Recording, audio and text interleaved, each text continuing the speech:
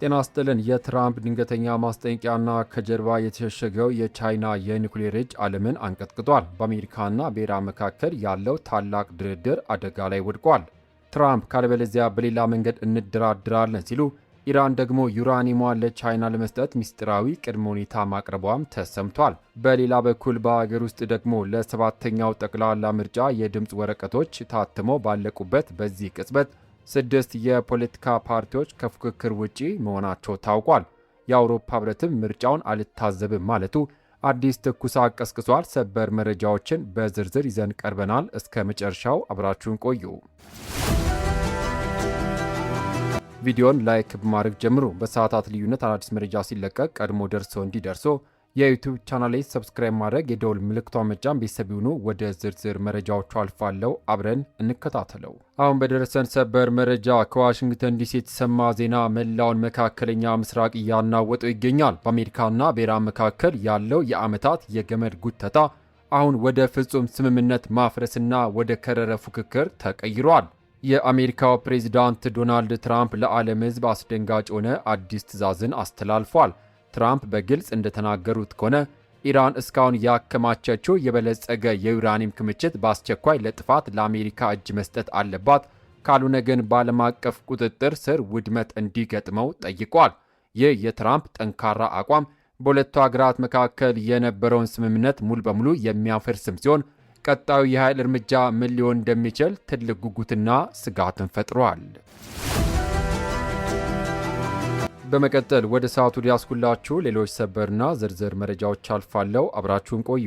በቅድሚያ በዋሽንግተንና በቴህራን መካከል የተወጠረው ገመድ ሊበጠስ አንድ እርምጃ ብቻ ቀርተውታል። ዓለም እስትንፋሷን አግታ የጠበቀችው ታላቁ ስምምነት ሰኞ ዕለት ባልተጠበቀ ሁኔታ አደጋ ላይ ወድቋል። ነገሮች በከፍተኛ ፍጥነት እየተቀያየሩ ነው። በአሜሪካና በኢራን መካከል የተጀመረውና ጦርነትን ለዘላለም ያቆማል ተብሎ ተስፋ የጣለበት ታላቅ ስምምነት ትናንት ሰኞ ዕለት ጉዞ መገታቱ ተሰምቷል። ታዋቂው ዘ ዎል ስትሪት ጆርናል አስታራቂዎችን ጠቅሶ እንደዘገበው ሁለቱ ወገኖች በቴህራን የኒውክሌር ፕሮግራም ቁጥጥርና ዋሽንግተን በምትሰጠው የገንዘብ እፎይታ ማጣቀሻዎች ላይ ፍጹም መስማማት ባለመቻላቸው ድርድሩ የመክሸፍ አደጋ ተጋርጦበታል። ይህ በእንዲህ እንዳለ የኢራን ከፍተኛ ተደራዳሪ መሐመድ ባጋር ጋሊባፍ የውጭ ጉዳይ ሚኒስትር አባስ አራጊችና የማዕከላዊ ባንክ ገዢ አብዱል ናስር ሄማቲ ስምምነቱን ለማዳን የመጨረሻውን የሞት ሽረት ጥረት ለማድረግ ወደ ኳታር ዋና ከተማ ዶሃ መገስገሳቸውን ሮይተርስ የውስጥ ባለሥልጣናትን ጠቅሶ ትናንት ሰኞ ዕለት አረጋግጧል። ነገር ግን በዋሽንግተን በኩል ያለው ጫና የላቀ ነው። የዩኤስ ፕሬዝዳንት ዶናልድ ትራምፕ ሰኞ ዕለት በሰጡት መግለጫ ከኢራን ጋር የሚደረግ ማንኛውም ስምምነት ትልቅና ትርጉም ያለው መሆን አለበት ካሉም በኋላ ይህ ካልሆነ ግን ምንም አይነት ስምምነት እንደማይኖር በድጋሚ አስገንዝበዋል። ከዚሁ ጋር በተያያዘ የዩኤስ የውጭ ጉዳይ ሚኒስትር ማርኮ ሩቢዮ ሰኞ ዕለት ያስተላለፉት መልእክት ደግሞ ይበልጥ አሳሳቢ ነው። ዋሽንግተን ከኢራን ፍጹም ጠንካራ ስምምነት እንደምታደርግ ካልሆነ ግን ከአገሪቱ ጋር በሌላ መንገድ ለመደራደር ዝግጁ መሆኗን በይፋ ተናግረዋል። ሩቢዮ አክሎም ዩናይትድ ስቴትስ ይፋዊ እርምጃዎችና አማራጮችን ከማሰቧ በፊት ለቴህራን የመጨረሻ ዲፕሎማሲያዊ ድል እየሰጠች እንደሆነም ገልጸዋል። የጥንታውያን ጥበበኞች እንደሚሉት ሰማዩ ከመውረዱ በፊት የሚታየው ጭጋግ ታላቅ ማዕበል እየመጣ መሆኑን ማብሰሪያ ነው እንደሚባለው በዚህ ታላቅ ውጥረት መሃል የኢራን ፕሬዝዳንት መሱድ ፔዜሽኪያን የወሰዱት እርምጃ ዓለምን አስገርሟል። የመንግስት ሚዲያዎች እንደዘገቡት ፕሬዝዳንት ማሱድ ፔዜሽኪያን በአገሪቱ ተጥሎ የነበረው ዓለም አቀፍ የኢንተርኔት አገልግሎት በአስቸኳይ እንዲመለስ መመሪያ ሰጥቷል። ይህ የኢንተርኔት መለቀቅ ህዝቡን ለማረጋጋት ነው ወይንስ ከጀርባ ላይ የሚመጣው ከባድ ክስተት አገሪቱን ማዘጋጀት? አሁንም መልስ የለም። የመጨረሻው ሰዓት እየደረሰ ነው። ዲፕሎማሲው ያሸንፋል ወይስ የሩቢዮ ሌላ መንገድ ይተገበራል? ሂደቱን በንቃት እየተከታተልን ለእናንተ የምናደርሳችሁ ይሆናል። ወደሚቀጥለው ሌላኛው መረጃችን አልፋለሁ። በሌላ ዜና ዋሽንግተን ክፉኛ ያስቆጣው የቴህራን ድንገተኛ የኒውክሌር ጨዋታ ኢራን የዓለምን የኃይል ሚዛን ሊቀይር የሚችለውን እጅግ የበለጸገውን ዩራኒየም ወደ ውጭ ለመላክ በይፋ ተስማምታለች። የመካከለኛው ምስራቅ ታዋቂ የሆኑት የአልአረቢያና የአልሃዳዝ የህትመት ምንጮች ይፋ እንዳደረጉት ኢራን ያከማቸችውን እጅግ ከፍተኛ የበለጸገ ዩራኒየም ክምችት ወደ ውጭ አገር ለማስተላለፍ ፈቃደኛ መሆኗን ገልጻለች። ነገር ግን ቴህራን ያስቀመጠችው ቅድመ ሁኔታ መላው ምዕራባውያን ያስደነገጠ ነው። እሱም የኒውክሌር ቁሳቁስ የሚላከውና የሚከማቸው ወደ ቻይና ብቻ መሆን አለበት የሚል ነው። ቴህራን ይህን እርምጃ ከአሜሪካ ጋር ለሚደረገው ታላቅ ስምምነት እንደ አንድ አካል ለመጠቀም ፈቃደኛ ብትሆንም ስምምነቱ ከመፈረሟ በፊት ግን ከቤጂንግ አስተማማኝ ዋስትና ለማግኘትም ትፈልጋለች። ይህ በእንዲህ እንዳለ በኢራን እጅ ላይ ስላለው የበለጸገ ዩራኒየም ዕጣ ፈንታ በሚቀጥሉት 30ና 60 ቀናት ውስጥ ከአሜሪካ ጋር በሚደረገው ድርድር ላይ ውይይት እንደሚደረግበት ቀደም ብሎ ተዘግቦ ነበር። የአሜሪካ ወገን ኢራን እነዚህ የኒውክሌር ክምችቶች ሙሉ በሙሉ እንድትተው አጥብቆ እየጠየቀ ቢሆንም ቁሳቁሱን ሙሉ በሙሉ ለማስወገድ የሚያስችል የተወሰነ ስልት ወይም ዘዴ ላይ ግን እስካሁን አልተስማሙም። የአሜሪካው ፕሬዝዳንት ዶናልድ ትራምፕ እነዚህ የኒውክሌር ቁሳቁሶች ፍጹም በአስተማማኝ ቁጥጥር ስር መሆን አለባቸው የሚል ጽኑ አቋም አላቸው። ትራምፕ ነገሮች ከተበላሹ እጅግ አስቸጋሪ ሁኔታዎችን ከግምት ውስጥ እያስገቡም ሲሆን ይህ የኒውክሌር ቁሳቁሶችን ለይቶ ለመቆጣጠር ልዩ ኮማንዶች ወይም የጦር ኃይሎችን የመጠቀም ዕድልን ጨምሮ የከፋ እርምጃዎችን ሊያካትት እንደሚችል ተጠቁሟል። ከዚህ ቀደም ሩሲያ የኢራን ዩራኒየም በገዛ ግዛቷ ለማከማቸት ወይም እንደገና ለማቀነባበር እንድትቀበል ታላቅ ሐሳብ አቅርባ የነበረ ቢሆንም አሜሪካ ግን ይህን የሞስኮን ሐሳብ ፍጹም አልደገፈችውም። የዋሽንግተን ዋና ግብ በቁሳቁሶቹ ላይ ያለ ሙሉ ቁጥጥርን ማረጋገጥ ብቻ እንደሆነም አጽንኦት ሰጥታለች። የታወቁ የጦር ስትራቴጂ አዋቂዎች እንደሚሉት ትጥቅን ለጠላት መስጠት ራስን ለሞት አሳልፎ ከመስጠት አይለይም እንደሚባለው ኢራን የያዘችው የዩራኒየም መጠን መላውን ዓለም ሊያጠፋ የሚችል መሆኑ አሳሳቢነቱን ጨምሮታል። እንደ ዓለም አቀፉ የኒውክሌር ኃይል ኤጀንሲ IAEA ግምቶችም ከሆነ ኢራን በአሁኑ ሰዓት እስከ 60 የሚጠጋ የበለጸገ 440 ኪሎ ግራም ዩራኒየም በቁጥጥሯ ስር አውላለች። ይህ ክምችት በንድፈ ሐሳብ ደረጃ ብቻ ከ10 በላይ እጅግ አደገኛ የኒውክሌር ምሽጎችን ወይም ቦምቦችን ለመፍጠር ሙሉ በሙሉ በቂ ሊሆንም ይችላል። ይህ ጉዳይ ነው እንግዲህ ድርድሩን እጅግ የሞት ሽረት ፍልሚያም ያደረገው። ነገር ግን ተስፋ ሰጪ ነገሮችም እየታዩ ነው። እስካሁን ድረስ በኢራን በአሜሪካና በእስራኤል መካከል የተኩስ አቁሙ ስምምነት በተግባር እየሰራም ይገኛል። አዳዲስ የሚዲያ ዘገባዎች እንደሚያመላክቱት ወገኖች ወደ ትልቅ ስምምነት ተጠጋግቷል። አሁን ላይ የተወያዩበት ያለው ረቂቅ ስምምነት የተኩስ አቁሙን ለ60 ቀናት ለማራዘም የሚያስችልም ሲሆን ይህም ወደ ግጭት የመጨረሻ መፍትሄ ሊያመራ እንደሚችል የዘርፉ ባለሙያዎች በከፍተኛ ሁኔታ እየተናገሩም ይገኛሉ። የቻይና እጅ መግባት ጨዋታውን ያበላሸው ይሆን ወይስ የ60 ቀኑ ስምምነት ይጸድቃል? በጋራ የምናየው ይሆናል። በሌላ ዜና ለመጀመሪያ ጊዜ ይፋ የሆነው የመካከለኛው ምስራቅ ድብቅ አዳኝ ዓለም አቀፍ ሚዲያዎች ሳይነቁ የኢራን ከፍተኛ መሪዎች ሰኞ ዕለት ድንገት ወደ ኳታር ዋና ከተማ ዶሃ ያቀኑበት እውነተኛ ምክንያት አሁን ፍንትው ብሎ ወጥቷል።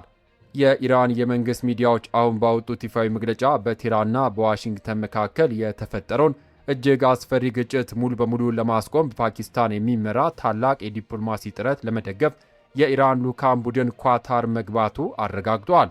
ትናንት ሰኞ ዕለት ወደ ኳታር ዋና ከተማ ዶሃ የገሰገሱት እነዚህ ከፍተኛ ባለሥልጣናት የፓርላማ አፈ ጉባኤ መሐመድ ባጋር ጋሊባፍና የውጭ ጉዳይ ሚኒስትር አባስ አራጊች መሆናቸው ታውቋል። የመንግሥት የዜና ወኪል ኢርና እንደዘገበው ይህ ታሪካዊ ጉብኝት በዋነኝነት በቴህራንና በዋሽንግተን መካከል ያለውን ፍጥጫ ለመቋጨት በፓኪስታን የሚመራ የዲፕሎማሲ ጥረት አካል ነው። የኢራን ልዑካን ቡድን ግጭቱን ለአንዴና ለመጨረሻ ጊዜ ለማስቆም በሚደረገው በዚህ ስሱ ድርድር ላይ ከፍተኛ የኳታር ባለሥልጣናት ጋር ፊት ለፊት ተቀምጠው ጥልቅ ምክክር እያደረጉ መሆኑ ኤጀንሲው በይፋ ገልጿል። የዲፕሎማሲያዊ ሩጫ የጀመረው ግን ያለ ምክንያት አይደለም። አሜሪካና እስራኤል በየካቲት ወር በኢራን ላይ እጅግ ከባድ ጥቃት ከፈጸሙ ወዲህ በአካባቢው ያለው ውጥረት ወደ ከፍተኛ ደረጃ መባባሱ ይታወሳል። ቴህራንን በበኩሏ በባሕረ ሰላጤው ላይ እስራኤል እንዲሁም የአሜሪካ የቅርብ አጋሮችን ኢላማ በማድረግ የአጸፋ ጥቃት የፈጸመችም ሲሆን መላው ዓለም ሊያናውጥ የሚችለውን የሆርሙዝ የባህር ወሽመጥ መዘጋትን ጨምሮ አስፈሪ እርምጃዎችን ስትወስድ ቆይታለች። ይህ እጅግ አደገኛ ፍጥጫን ለማብረድ የተደረገው ጥረት ግን ተአምር መፍጠርን ችሏል። ያለፈው አፕሪል 8 ቀን በፓኪስታን አስደናቂ ሽምግልና የተኩስ አቁም ስምምነቱ በተግባር ላይ እንዲውል ተደርጓል። ይህ ብቻ አይደለም። ይህ በፓኪስታን የተጀመረው ስምምነት በኋላ ላይ በአሜሪካው ፕሬዝዳንት ዶናልድ ትራምፕ አማካኝነት ላልተወሰነ ጊዜ እንዲራዘም ተደርጎ ነበር። አሁን ላይ ስምምነቱ የእሳቸውን የመጨረሻ ውሳኔና ፊርማ ብቻ እየተጠባበቀ መሆኑን ተናግሯል። ትራምፕ ማንኛውም ስምምነት ትልቅና ትርጉም ያለው መሆን አለበት ማለታቸውን ተከትሎ ፓኪስታን፣ ኳታር የቆነጠጡት የሰላም ገመድ የመጨረሻው ዕጣ ፈንታ ምን ይሆን? ታሪክ ሲቀየር አብረን የምናየው ይሆናል። ወደሚቀጥለው ወደ ሌላኛው የመጨረሻ መረጃችን አልፋለሁ። በመጨረሻም ከሀገር ውስጥ መረጃ ወደ 7ኛው ጠቅላላ ሀገራዊ ምርጫ የምታመራው ኢትዮጵያና አዲስ አበባ እስከ ብራሰልስ የደረሰው ድንገተኛ ዲፕሎማሲያዊ ውጥረት። የሀገር ውስጥ ጉዳዮችን በቅርብ የሚከታተለው ምርጫ 2018 ኢትዮጵያ ኢንሳይደር ከኢትዮጵያ ብሔራዊ ምርጫ ቦርድ ባረጋገጠው መረጃ መሰረት ለመጪው 7ኛ ጠቅላላ ሀገራዊ ምርጫ የእጩዎች ምዝገባ አከናውነው የምርጫ ምልክቶቻቸውን መርጠው ከነበሩት 48 የፖለቲካ ፓርቲዎች መካከል 6ቱ በተለያዩ ድንገተኛ ምክንያቶች ከፉክክር ውጪ ተደርጓል። ቦርዱ የድምፅ መስጫ ወረቀቶችን በውጭ ሀገር አሳትሞ ሙሉ በሙሉ ማጠናቁን ተከትሎ ዘንድሮ የምርጫ ውድድሩ የሚካሄደው በተቀሩት 42 የፖለቲካ ፓርቲዎች መካከል ብቻ እንደሚሆን በይፋ ታውቋል።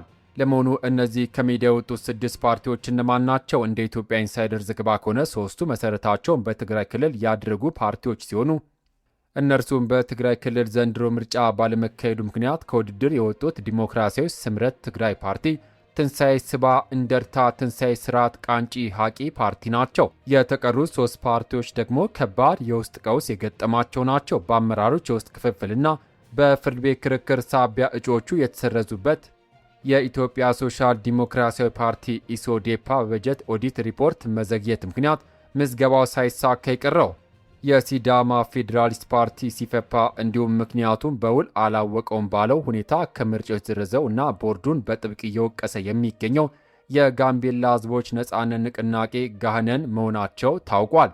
የቤትን ምስጢር ለባዳ አትናገር የደጅን አጥር እንዳይፈርስ እንደሚባለው የኢትዮጵያ ምርጫ ጉዳይ ግን ለዓለም አቀፍ ታዛቢዎች ትልቅ መነጋገሪያ ሆኗል።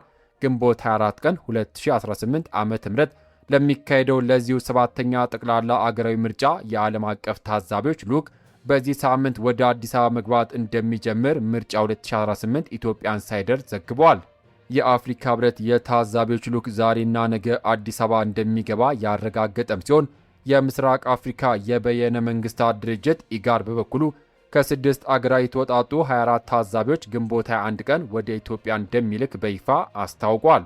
ነገር ግን ታላቁ ዲፕሎማሲያዊ ዜና የወጣው ከአውሮፓ ነው። የአውሮፓ ህብረት ይፋዊ የታዛቢዎች ልዑክ ወደ ኢትዮጵያ እንደማይልክ በጽሑፍ መልእክት በይፋ አረጋግጧል።